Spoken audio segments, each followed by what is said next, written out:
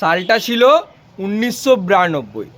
6ই December বিজেপির নেতাদের নেতৃত্বে বাবরি মসজিদ শহীদ হয়।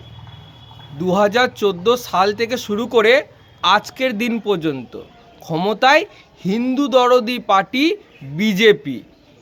বিহারে কিভাবে হিন্দু সনাতনীদের এনডিএ সরকারের নেতৃত্বে মন্দির ভাঙা হয়।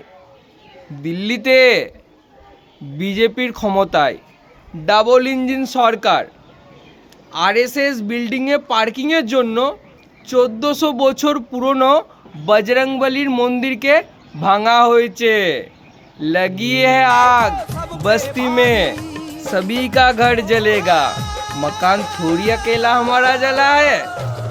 बारूद बदन बन जाए इश्क बने चिंगारी।